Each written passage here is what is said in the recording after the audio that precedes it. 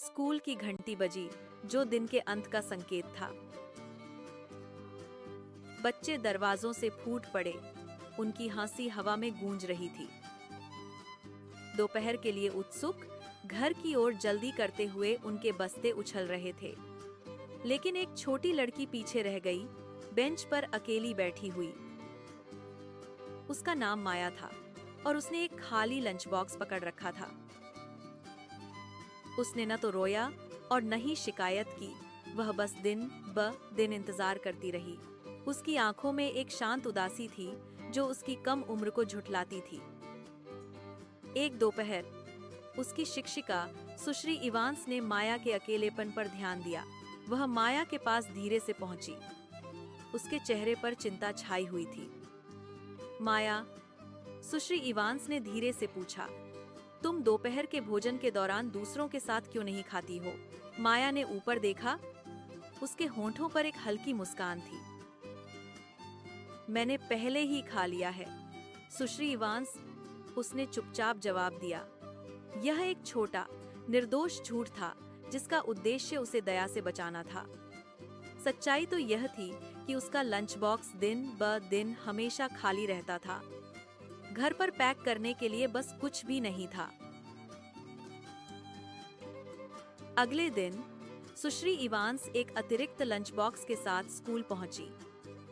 दोपहर के भोजन के दौरान उसने लापरवाही से इसे माया की डेस्क पर रख दिया। ओह माया, मैं आज बहुत यादा खाना ले आई, उसने मुस्कुराते हुए कहा। किसी और ने उस इशारे पर ध्यान नहीं दिया और कोई सवाल नहीं पूछा गया। माया एक पल के लिए हिचकिचाई, उसकी आंखें आश्चर्य से चौड़ी हो गईं। फिर उसने धीरे से लंच बॉक्स खोला और अंदर झांका। सैंडविच और फल देखकर उसके ऊपर गर्मजोशी की एक लहर दौड़ गई।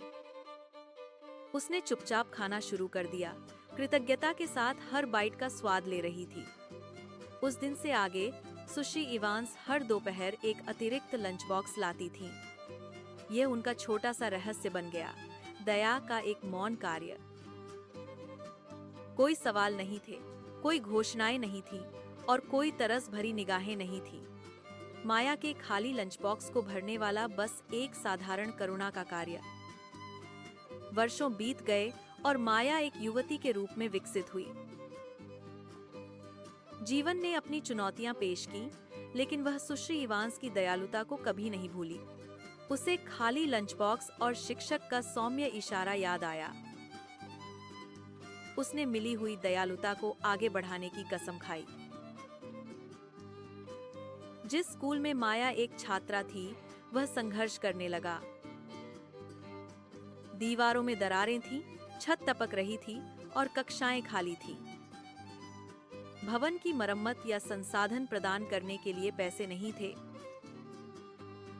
एक सुबह प्रधानाचार्य को एक अप्रत्याशित पत्र मिला।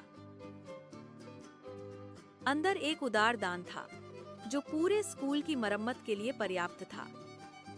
दान केवल 2 शब्दों के साथ हस्ताक्षरित किया गया था, माया की ओर से। उस दोपहर एक महिला स्कूल के मुख्य द्वार से गुजरी। वह पुराने कक्षा की ओर चली गई जहां वह कभी अकेली बैठी थी। श्रीमती इवांस अब और भी बूढ़ी अपनी डेस्क से ऊपर देखती हैं।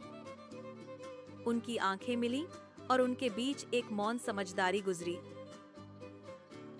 माया ने थोड़ा सिर झुकाया और धीरे से बोली। उसकी आवाज भावनाओं से भरी हुई थी।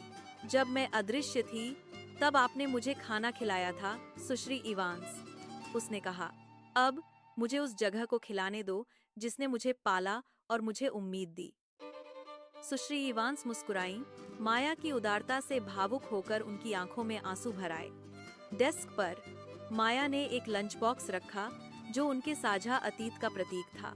हालांकि इस बार लंच बॉक्स भोजन और उपहारों से भरा हुआ था। यह दयालुता की शक्ति और करुणा के एक कार्य के स्थायी प्रभाव का प्रमाण था। कृपया हमारे YouTube चैनल को सब्सक्राइब करें, Facebook पर हमें फॉलो करें और आने वाले वीडियो के लिए बेल आइकन दबाना न भूलें।